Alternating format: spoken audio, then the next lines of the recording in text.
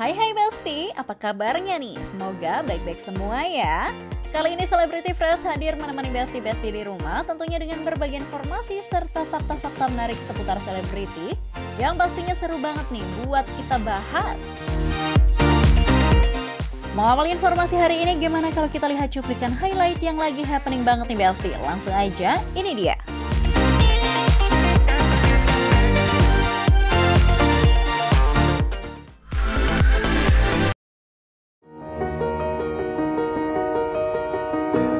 Besti, kabar mengejutkan datang dari penyanyi senior Dewi Yull yang mengungkapkan bahwa mata sebelah kanannya mengalami kebutaan. Bukan tanpa alasan ya Besti, Dewi Yull mengungkapkan bahwa kebutaan di mata kanannya dikarenakan tingginya minus yang ia derita. Awalnya di Besti, Dewi Yull mengatakan jika tahun 2023 lalu matanya mendadak mengeluarkan cairan air seperti gelembung hingga akhirnya berubah warna menjadi kekuningan. Sejak saat itu, cairan tersebut semakin pekat hingga membuat matanya tak bisa melihat. Dan akhirnya ia dilarikan ke rumah sakit nih Besti. Setelah menjalani pemeriksaan, Dewi Yull dikatakan mengalami abrasi pada retina matanya.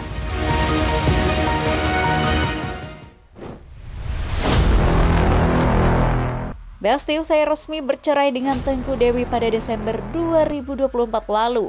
Andrew Andika saat ini diketahui tengah menjalin hubungan serius dengan wanita bernama Vio. Yang lebih dar-der lagi nih Besti, Andrew Andika ternyata sudah bertunangan dengan kekasih barunya tersebut. Momen pertunangan berlangsung tepat saat hari ulang tahun Andrew Andika yang ke-38 pada Juli lalu nih Besti. Andrew Andika dan sang kekasih ternyata juga sudah mengadakan pertemuan keluarga besar dalam rangka menuju ke jenjang yang lebih serius. Andrew sepertinya sudah sangat yakin nih Besti untuk meminang kekasih barunya tersebut. Andrew Andika bahkan sudah mempersiapkan segalanya nih Besti untuk menuju ke jenjang yang lebih serius.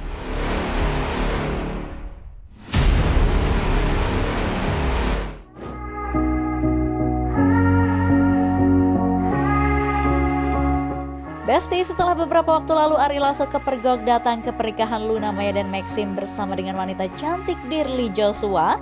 Meskipun tak mengatakan apa-apa mengenai hubungannya dengan wanita cantik tersebut, namun banyak yang berspekulasi nih jika keduanya tengah menjalin hubungan. Terbaru, Ari Lasso terlihat mulai go public nih Besti dengan sang pacar. Lalu akun sosial medianya, Ari Lasso terlihat mengunggah kebersamaan keduanya dengan sebuah lagu dari Pink Floyd yang berjudul Wish You Here nih Besti. Waduh, sepertinya keduanya emang lagi bucin-bucinnya ya. Apalagi Ari Lasso diketahui tengah berada di Australia nih Besti. Jadi lagi pada LDR ya. Tak hanya itu saja, postingan tersebut pun juga dikomen oleh Dirly Joshua dengan mengatakan bahwa ia tak sabar untuk bertemu dengan Ari Lasso nih Besti. Cie, udah mulai berani ya Besti.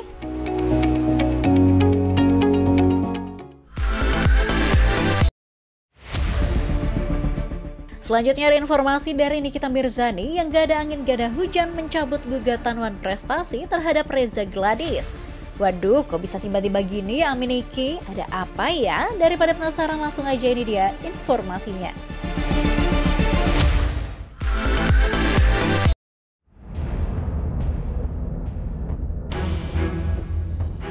Tak ada angin, tak ada hujan. Tiba-tiba Nikita Mirzani melalui kuasa hukumnya Fahmi Bahmit mencabut laporan kasus Wan Prestasi terhadap lawan serunya Reza Gladys. Kabar ini mencuat setelah sidang mediasi yang digelar beberapa waktu lalu deadlock alias gagal. Hasil mediasinya tidak berjalan dengan baik karena si Rezanya sendiri tidak hadir, ya kan, yang diwajibkan harusnya dia hadir. Terus lawyernya juga tidak bisa ngomong, menjelaskan Wan Prestasi itu apa, dibalik-balik, diputer-puter terus gitu ya. Dalam sidang mediasi tersebut, pihak Nikita mengklaim mediasi gagal lantaran Reza Gladys tidak hadir. Ditambah lagi, kuasa hukum lawan seterunya itu dinilai tak mengerti sebenarnya permasalahan yang dilaporkan Nikita Mirzani terhadap klien mereka. Kayaknya dia tidak paham dengan gugatan yang kami ajukan, jadi ya sudah, akhirnya deadlock. Namun entah kenapa Nikita Mirzani mendadak mencabut laporan tersebut nih Besti. Hal itu dibenarkan oleh kuasa hukum Nikita Mirzani, Fahmi Bahmit. Dalam keterangannya, Fahmi mengatakan jika pihaknya terpaksa harus mencabut laporan tersebut. Memang benar kemarin saya membuat surat pencabutan. Ya, surat pencabutan terkait dengan adanya gugatan Wan Prestasi yang kami sampaikan ke Pengadilan Negeri Jakarta Selatan dan suratnya sudah diterima. Bukan tanpa alasan, langkah ini diambil setelah berdiskusi dengan Nikita Mirzani. Dari hasil diskusi tersebut, Fahmi mendapat mandat dari kliennya untuk mencabut laporan tersebut dan memilih fokus ke kasus pemerasan yang dilaporkan Reza Gladys yang kini sudah masuk meja persidangan. Nah, setelah saya berdiskusi dan berdialog dengan Nikita minta saya fokus kepada perkara pidananya dulu. Ini strategi, Pak. Anda tidak bisa mencoba bertanya tentang strategi seorang advokat, ya. Jauh sebelum Nikita mencabut laporan ini, kuasa hukum Reza Gladys, Surya Batubara, mengatakan jika laporan Wan Prestasi yang dituduhkan kepada kliennya omong kosong belaka. Pihak penggugat mau menginginkan supaya ini ada sepakat yang 4M itu. Akhirnya kami tanya, 4M sudah diterima, mau 4M lagi? Kan lucu jadinya. Jadi memang Wan Prestasi ini kami bilang halusinasi. Alih-alih membenarkan tudingan pihak Reza Gladys tersebut, Fahmi mengatakan bahwa keputusan mencabut laporan tersebut tak ada sangkut pautnya dengan tudingan. Ia menegaskan bahwa pihaknya hanya ingin fokus untuk menyelesaikan satu persatu secara tuntas perkara hukum yang melibatkan kliennya. Tidak ada, ini urusan strategis. Yang tahu strategi itu adalah orang yang mengajukan gugatan. Jadi di saat kita mendapatkan dua pilihan, kan bersamaan nih sidangnya. Ada sidang perdata dan ada sidang pidana. Nah, di sini kalau kita dua-duanya kita jalankan, kita khawatir kita tidak bisa konsentrasi di satu hal yang paling penting, itu adalah perkara pidana. Oleh karena itu harus ada yang kita dahulukan. Mengetahui laporan kasus Wan Prestasi dicabut, tim Celebrity Fresh mencoba melakukan penelusuran ke klinik Reza Gladys di kawasan Lebak Bulus, Jakarta Selatan. Namun sayang, Reza Gladys berusaha menghindar dan tak meninggalkan pernyataan sedikit pun. Dok, dikit dok. Bang, dikit dong. Dok, dikit dok. Enggak boleh di kamarnya, Bang. Kasus saya itu, Bang. Ya.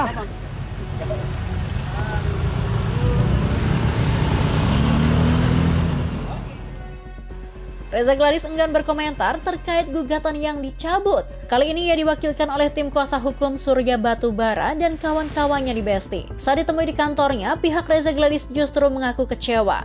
Masalah dicabutnya gugatan oleh penggugat ini sangat mengecewakan kami. Waduh, kok bisa sih Besti? Bukannya malah senang kliennya diringankan dari tuntutan, tapi malah kecewa nih. Usut punya usut, ternyata pihak Reza Gladys merasa dipermainkan oleh Nikita Mirzani. Ini pencabutannya seharusnya pada saat disampaikan di pengadilan pada Senin dan minggu depan. Tetapi ternyata penggugat menyampaikannya di media massa. Berbanding terbalik dengan pernyataan Surya Batubara, Par Uhum yang merupakan tim kuasa hukum Reza Gladys justru mengatakan bahwa pencabutan gugatan Wan Prestasi 100 miliar rupiah ini menyisakan tanda tanya bagi mereka. Bahkan Par Uhum dengan belak-belakan mengaku pihaknya mencium adanya kebohongan yang tersirat di balik pencabutan gugatan tersebut. Masih tanda tanya. Soalnya penggugat ini kan ngomongnya itu kemana-mana ya. Jadi saya mencurigai ada kemungkinan juga ada kebohongan di dalamnya. Tapi jika bukan itu alasannya, Par Uhum mengutarakan kemungkinan lain, yakni untuk meringankan proses kasus pemerasan yang dituduhkan ke Reza Gladys kepadanya. Dia mencabut gugatannya, berarti ada penyesalan akan pemerasan yang dilakukan. Kalau dia tidak cabut, ini akan menjadi hal yang memberatkan hukuman, memberatkannya. Meski masih belum terima dengan pencabutan gugatan tersebut, Par Uhum mengatakan ada baiknya keputusan ini diambil Nikita, yakni baik untuk proses hukum yang menimpanya saat ini dan baik untuk kuasa hukumnya Fahmi Bahmid. Jadi memang dari segi Nikitanya memang ada baiknya dia cabut, ya. dari segi nama baik advokat ya. Dari segi nama baik advokat ini juga, kalau dia cabut begini dia masih lebih lumayan lah, tidak kelihatan blow-on-nya. Ya. Kalau nanti dia kalah di persidangan, alangkah memalukan omongan itu tidak sama dengan selama ini cuap-cuapnya itu. Eits, tunggu dulu, ini bukan lagi menyindir pihak Nikita Mirzani kan Bang? Yang tak kalah dar-der-dor, ada Ayu Ting Ting disomasi oleh musisi asal Maluku bernama Usman Hitu nih Besti. Benar apa enggak ya Besti kira-kira? Ya udah langsung aja, ini dia informasinya.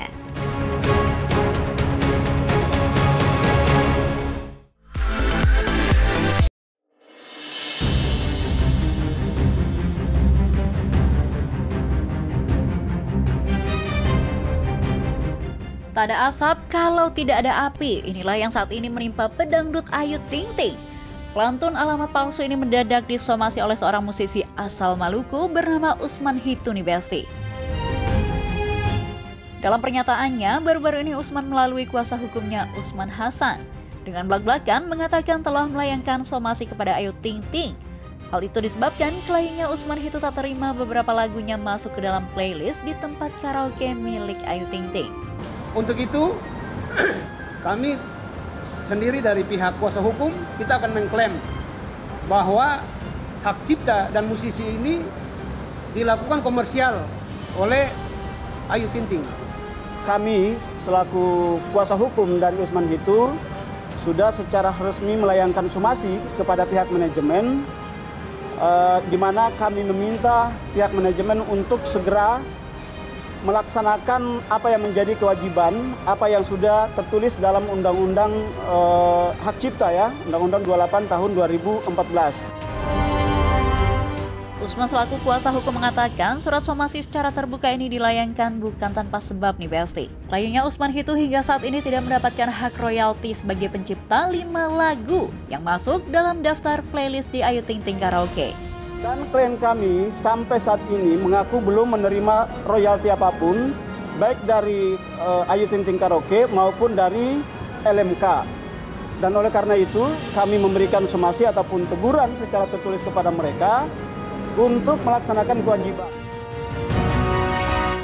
Jika pihak Ayu Ting Ting tak mengindahkan teguran keras ini, maka pihak Usman Hitu tak akan segan-segan membawa permasalahan ini ke jalur hukum.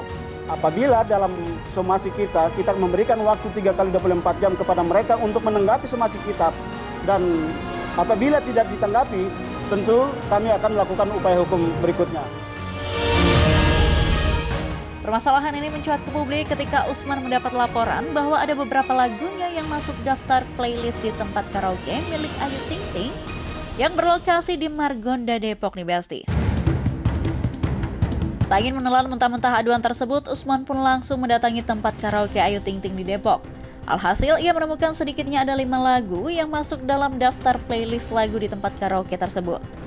Untuk memastikan itu, Usman Hitu langsung datang ke sana, ke kafe Ayu Ting Ting yang berada di Depok. Dan berserta rekanan kami, kita melihat bahwa memang benar ada 5 lagu yang terdapat di dalam audio untuk karaoke. Jadi ini bukan YouTube, tapi memang benar-benar pure yang sudah disetting lagu Usman Hitu yang ada di dalam. Merasa haknya sebagai penyanyi dan pencipta lagu dirampas oleh Ayu Ting Ting, Usman secara terbuka meminta Ayu Ting Ting untuk menemui dirinya. Ia berharap Ayu Ting Ting masih memiliki itikat baik untuk menyelesaikan permasalahan ini secara kekeluargaan. Apa yang menjadi penemuan lagu yang saya miliki, yaitu lagu Hole Hole, terus Sampai Jua, terus Pandang Pertama, Onde Onde, Beta Sengsangka. Nah, ini hak saya sebagai pemilik lagu tersebut. Dan ini saya benar-benar serius dan ingin bertatap muka dengan Mbak Ayu agar bisa kita bicara secara baik-baik dengan kepemilikan lagu yang saya punya. Usman juga masih memiliki harapan yang tinggi bahwa Ayu Ting Ting memiliki hati nurani sebagai penyanyi, kini sudah memiliki nama besar di belantika musik tanah air. Kalau Mbak Ayu merasa itu punya tempat, Iya. Ya tolonglah menghargai saya sebagai seorang seniman. Ya saya pikir Mbak Ayu ini seorang penyanyi yang betul-betul dari bawah juga sama seperti saya. Walaupun saya berbeda level sama dia, tapi saya cuma lokal dari daerah, tapi kita mungkin sama gitu.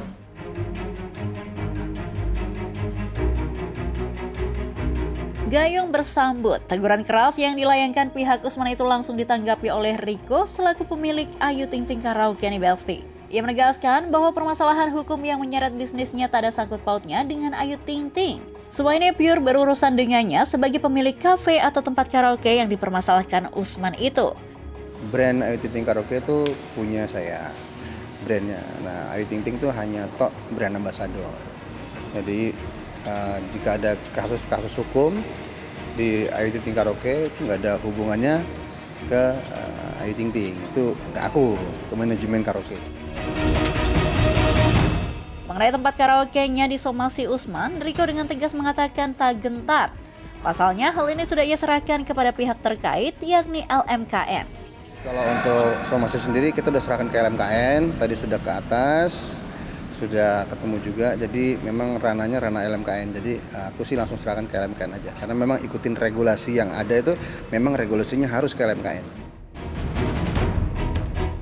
Ia juga mengatakan bahwa pihaknya tak takut menghadapi masalah ini jika sampai berurusan dengan hukum. Lantaran selama ini bisnis karaoke miliknya selalu menjalankan tanggung jawabnya kepada para pencipta dan pemilik lagu, termasuk lagu-lagu yang dipermasalahkan Usman itu.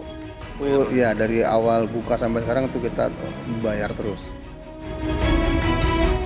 Rico juga tak memungkiri jika pihaknya telah mendapatkan pesan khusus dari pihak Usman terkait somasi tersebut. Namun seolah tadi kasih jeda sedikit nih Besti, pihak Usman langsung gembar-gembor di media sosial hingga mengundang awak media agar membawa permasalahan ini ke ranah hukum. Hal ini membuat suami artis Angelica Simplerer itu kaget. WhatsApp aja sih ke manajemen, cuma kan begitu kita terima WhatsApp-nya baru dikomunikasikan, tiba-tiba langsung mereka ngadakan freshcon segala macam, naikin ke YouTube, terus masuk ke TikTok segala macam, mau bardir gitu. Kita juga kaget kok, ini menggebu-gebu ini banget, langsung gitu loh.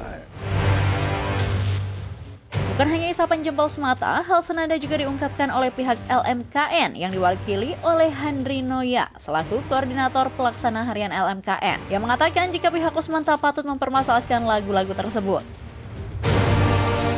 Pasalnya ia merasa selama ini pihak Rico tak pernah lalai membayar kolektif ke LMKN. Bahkan pihak LMKN pun telah memberikan lisensi atas Ayu Ting Ting Karaoke. Dalam hal ini, bisnis karaoke milik suami Angelica Simplerer ini tak patut dituntut secara hukum. Jadi saya pikir tidak ada masalah dalam hal ini. Karena brand Pak Rico punya sudah membayar kepada LMKN. Dan LMKN sudah memberikan sertifikasi lisensi kepada brand karaoke-nya Pak Rico. Jadi tidak ada pertanggungjawaban dalam bentuk pidana ataupun perdata berdasarkan regulasi ini. Handri menegaskan jika Usman ingin mendapatkan hak sebagai pencipta lagu, harus mendaftarkan diri ke LMKN yang bertanggung jawab atas royalti pencipta lagu, bukan hanya mendaftarkan diri kepada LMKN terkait sebagai penyanyi saja. Kalau yang mensomasi ini di LMK hak terkait, itu dia masuk ke dalam LMK Prointip. Jadi, berdasarkan regulasi, berdasarkan undang-undang hak cipta, dan peraturan turunannya, dia sudah tidak mempunyai hak lagi untuk mensomasi sebagai penyanyi. Kalau sebagai pencipta lagu, itulah perintah regulasi tadi. Mungkin dia harus masuk ke salah satu LMK pencipta untuk mendapatkan hak ekonominya. Jadi sudah jelas ya Besti, pihak Rico disebut taat membayar kolektif. Sementara untuk pihak Usman, pihak LMKN menyarankan agar mendaftarkan ke LMKN terdekat. Dan sesuai dengan porsinya masing-masing ya Besti. Jangan kemana-mana dulu ya Besti, karena setelah ini kita akan menghadirkan informasi viral dan gak kalah happening. So tetap di Celebrity Fresh.